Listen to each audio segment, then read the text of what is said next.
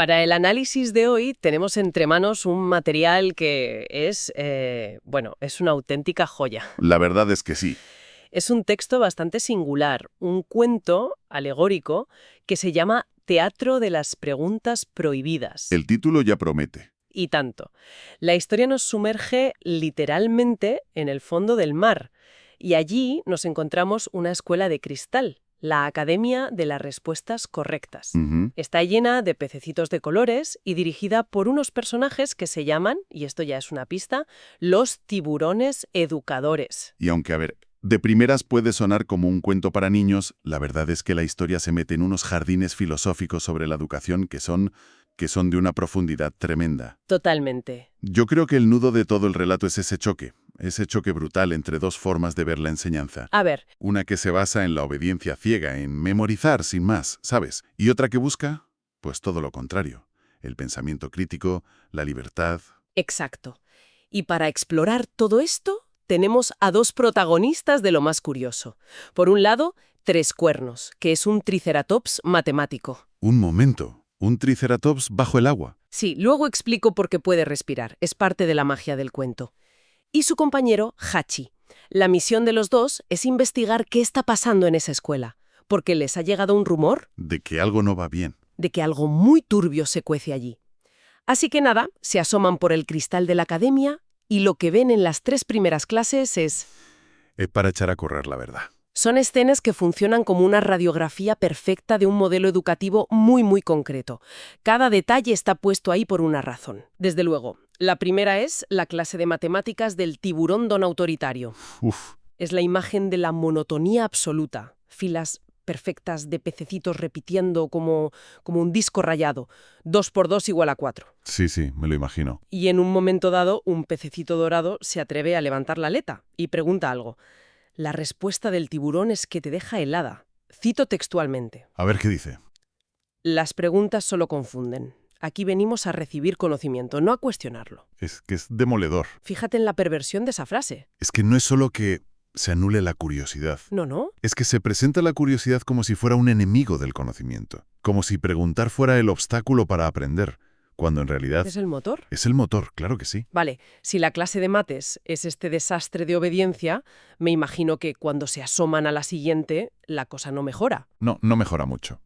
Pasan a la clase de lectura, con una tal tiburona doña selectiva, y está leyendo un libro que se llama La historia oficial del océano. Que por supuesto han escrito los propios tiburones. Por supuesto. Y lo presenta como la única verdad posible. La verdad con mayúsculas. Eso es. Y una pececita intenta compartir una historia que le contó su abuela, otra versión del pasado, y la tiburona, la corta en seco. Le dice que esos son cuentos sin importancia. Terrible. Pero la frase que resume toda su filosofía es esta: el conocimiento verdadero se deposita en tu cabeza desde arriba. O sea, la idea es tratar la cabeza de un niño como si fuera una hucha. Esa es exactamente la metáfora que usa el texto, de hecho. ¿Ah, sí? Sí, lo llama explícitamente educación bancaria. El alumno no es un creador, es un contenedor pasivo, un recipiente. Claro. Y el problema es que una hucha no puede hacer nada con el dinero que tiene dentro. No puede invertirlo, no puede cuestionarlo, no puede transformarlo, solo puede acumularlo. Es una imagen potentísima. Y la tercera clase ya es el remate. Es la de historia, con el tiburón Don Memorión. Otro buen nombre. Se le ve escribiendo fechas en una pizarra de coral. 1492, 1789, 1810. Y gritando a los peces que las memoricen. El clásico. Cuando uno se atreve a preguntar para qué sirven, por qué son importantes, la respuesta es de una violencia pasmosa. ¿Por qué son importantes? No importa. Solo memoricen. ¿Es que te ríes por no llorar? A mí esa escena me parece la más familiar de todas. ¿Quién no ha tenido un don memorión en su vida? Totalmente. Ese profesor que te hacía odiar la historia a base de memorizar fechas de batalla sin tener ni la más remota idea de por qué la gente estaba luchando en primer lugar. Es el trauma de una generación entera, sí. Y lo que me parece brillante del texto es que, a través de estas 3 escenas tan simples, no solo critica a 3 malos profesores, va mucho más allá. Sí, lo que está diseccionando es todo un sistema. Un sistema que tiene un objetivo muy claro, aunque no lo diga en voz alta. Exacto. El propio Tres Cuernos lo ve enseguida. Después de ver la primera clase, le dice a Hachi algo que es clave. Esos peces no están aprendiendo matemáticas. Están aprendiendo a obedecer sin pensar. Justo. Y ese es el verdadero currículum oculto de la academia. Y aquí es donde la cosa se pone realmente interesante, porque Tres Cuernos no se queda en la crítica, hace un diagnóstico. Va más allá. Le explica a Hachi que el propósito real de todo este sistema no es educar, sino algo mucho más oscuro, la domesticación. Una palabra muy fuerte. Y, para que lo entienda, dibuja un esquema en la arena que llama el gran secreto. Es un triángulo. Arriba, los tiburones, los que saben. Ujú. Abajo, los peces, los que obedecen. Y uniendo las dos partes, dos pilares, el miedo y el silencio. Es una representación visual de una estructura de poder clarísima. Y el cuento va un paso más allá, descompone el mecanismo por el cual esa estructura se mantiene, La trampa en 4 pasos, lo llama. que es un análisis muy agudo de cómo funciona este proceso. Es que es brillante. El paso 1 es depositar. Te dan información sin contexto, como las fechas de Don Memorión. Sí. El paso 2, memorizar. Te obligan a repetir sin entender, como el 2 por 2 son 4. ¿Vale? El paso 3 es desconectar. Y para mí este es el más cruel de todos. ¿Por qué crees que es el más cruel? Porque es el que le dice al niño, o al pez en este caso, que su vida, sus experiencias, las historias de su abuela, no tienen valor. Que el conocimiento es algo ajeno, que viene de fuera, de un libro oficial. Y que los suyos son cuentos sin importancia. Exacto. Eso es dinamitar la identidad de una persona. Y claro, de ahí al paso 4, el objetivo final, que es domesticar, solo hay un paso. Que es aprender a no cuestionar. Es enseñar a los peces a no cuestionar, a aceptar su lugar en el mundo, a creer que es natural que el de arriba se coma al de abajo. Si conectamos esto con el panorama general, lo que el texto describe es un sistema educativo cuyo fin último es mantener el statu quo. Clarísimo. Al desconectar el conocimiento de la vida real de los estudiantes y al castigar el cuestionamiento, te aseguras de que esa estructura de poder, ese triángulo, permanezca intacta para siempre. Es una maquinaria de reproducción social perfectamente engrasada. Pero claro, en medio de este panorama tan desolador, la historia abre una ventana. Aparece un rayo de esperanza. Sí. Tres Cuernos recuerda las enseñanzas de un sabio antiguo, un personaje que me parece maravilloso, Paulo, el pulpo de las 8 propuestas. ¡Qué buen nombre! Y se acuerda de que existe un manuscrito perdido que contiene la clave para otro tipo de educación. Y aquí la narrativa da un vuelco de 180 grados. Pasamos de la crítica demoledora a la propuesta constructiva. Sí. La idea central de Paulo el Pulpo es la antítesis de todo lo que hemos visto. El texto lo cita así. La educación verdadera no es depósito, es diálogo. No es domesticación, es liberación. ¡Qué frase! A partir de aquí, la historia se convierte en la búsqueda y la puesta en práctica de esta filosofía alternativa. Y esos 8 tentáculos del manuscrito son, en el fondo, los principios de esta pedagogía liberadora. Y menudo despliegue de principios. Tres Cuernos y Hachi encuentran el manuscrito y empiezan a desvelarlos.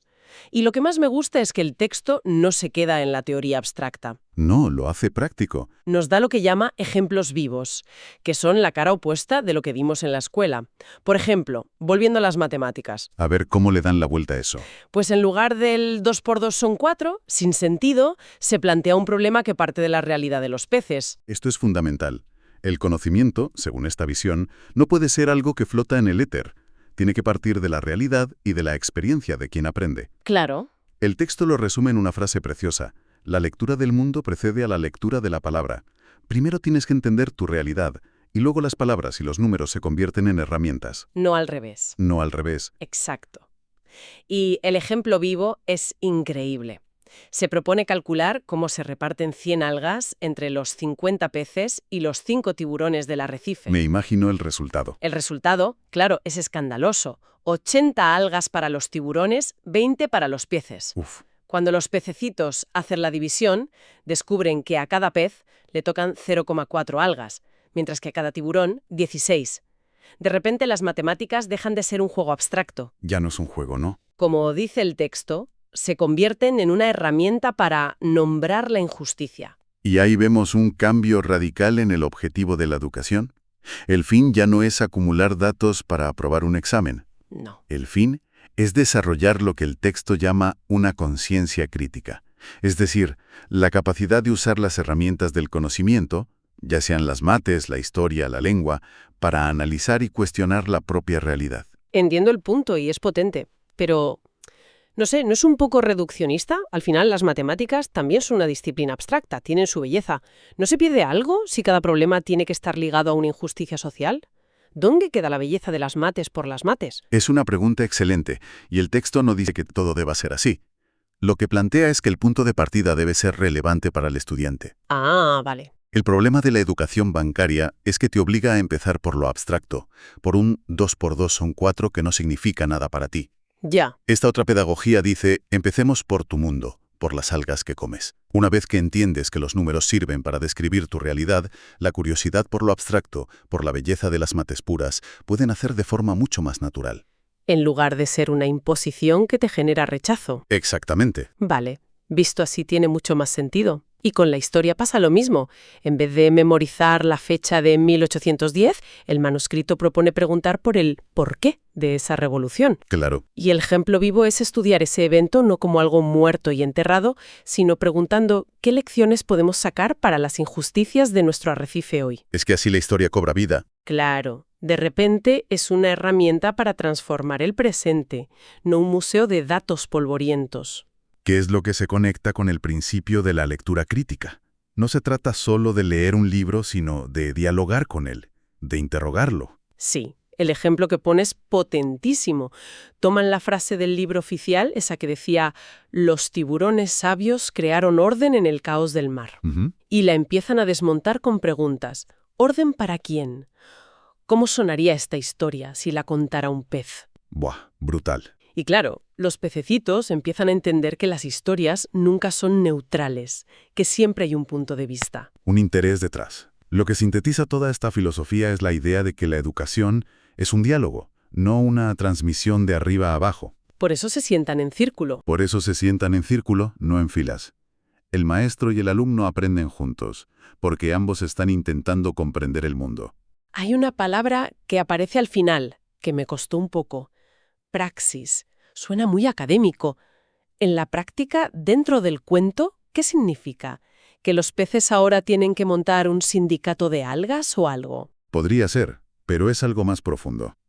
Praxis es la unión inseparable de la reflexión y la acción. Ah, vale. En el modelo de los tiburones, todo es reflexión sin acción, memorizar fechas, o acción sin reflexión, repetir 2 por 2 son 4. O sea, están separadas. Están completamente separadas. La praxis es entender tu realidad, la injusticia de las algas, y que esa comprensión te lleve a actuar para cambiarla. No es solo describir el mundo, es transformarlo. Tres Cuernos vuelve a la escuela y, con mucha valentía, les propone a los tiburones hacer una clase de prueba. Se la juega. Se la juega. Ellos, que son muy arrogantes, aceptan pensando que van a ridiculizarlo. Y Tres Cuernos sienta a todos en círculo, peces y tiburones juntos, y en lugar de depositar una respuesta, lanza una pregunta. Una pregunta que nace de la vida de los peces. Exacto. ¿Por qué algunos de ustedes pasan hambre mientras otros tienen abundancia? Es el momento de inflexión de toda la historia. Por primera vez en esa escuela, la realidad de los estudiantes se valida como un punto de partida legítimo para el conocimiento. Ya no son recipientes vacíos. No, ahora son sujetos con una experiencia y un saber propio. Y la clase es una auténtica revolución. Usa las matemáticas para que ellos mismos nombren la injusticia, la lectura crítica para que cuestionen la historia oficial. Los peces están eufóricos. Me lo imagino. Al final de la sesión, gritan todos a una: «¡Queremos aprender a pensar!». Y los tiburones, claro, se vuelven locos. Don Autoritario grita: «¡Esto es subversivo!». Porque lo es. La conciencia crítica es, por definición, subversiva para cualquier sistema que se base en la obediencia ciega. Claro. Si la gente empieza a pensar por sí misma y a cuestionar las cosas, el triángulo de poder se tambalea. Pero entonces ocurre algo que yo no me esperaba para nada. Algo maravilloso. El giro final. El tiburón Don Memorión, el más viejo de todos, se viene abajo. Se derrumba y confiesa que a él le educaron así, que él solo sabía enseñar repitiendo lo que le hicieron a él. ¡Wow! Y más en los ojos, dice que quiere aprender esta nueva forma porque por primera vez ha visto la luz en los ojos de sus estudiantes. Este es un punto crucial y muy sutil del cuento. La historia no nos presenta una simple victoria de los buenos contra los malos. No, es más complejo. Sugiere una transformación mucho más profunda. Nos muestra que los opresores, los tiburones, eran en muchos sentidos producto y víctimas del mismo sistema que ellos perpetuaban. O sea, que la educación liberadora. No solo libera al oprimido, sino que también ofrece al opresor la posibilidad de liberarse de su rol, de convertirse en un ser más completo. Lo libera a él también. Es una idea preciosa. Y así es como la escuela de cristal se transforma en la escuela del círculo eterno. Las asignaturas cambian de propósito por completo. Ya no son fines en sí mismas. No, las matemáticas se usan para buscar la justicia, la historia se convierte en un mapa para navegar el presente, la ciencia. Se conecta con el compromiso de cuidar el ecosistema. Se completa el círculo. El conocimiento deja de ser un objeto muerto y se convierte en lo que siempre debió ser, un proceso vivo, dialógico y transformador. Exacto. El acertijo final de Tres Cuernos lo captura a la perfección, cuando pregunta qué es aquello que más crece cuanto más se comparte, y qué es lo que más temen los tiranos. La educación. Pero la historia no termina con esa conclusión tan redonda. El epílogo nos deja con una última reflexión, una pregunta que para mí es la verdadera esencia de la conciencia crítica. ¿Ah, sí? Después de toda la transformación, un pececito se acerca a Tres Cuernos y le plantea una duda que lo pone todo patas arriba otra vez. Uf, qué pregunta. Te deja pensando, porque es muy fácil señalar al tiburón de turno, al sistema opresor, pero esta pregunta te obliga a mirarte en el espejo. Exacto. Cito directamente del texto porque es demasiado buena para parafrasearla. El pececito pregunta: A ver, si los tiburones nos domesticaban sin saberlo porque así fueron domesticados ellos, ¿cómo sabemos que nosotros no estamos domesticando a otros sin darnos cuenta? buah, Y esa es la cuestión final que el cuento deja flotando en el aire. La sabiduría, nos dice el texto, no reside en tener todas las respuestas, sino en la capacidad de mantener vivas este tipo de preguntas fundamentales, de cuestionarnos constantemente. La liberación no es un destino al que se llega, sino un camino. es un camino que nunca termina.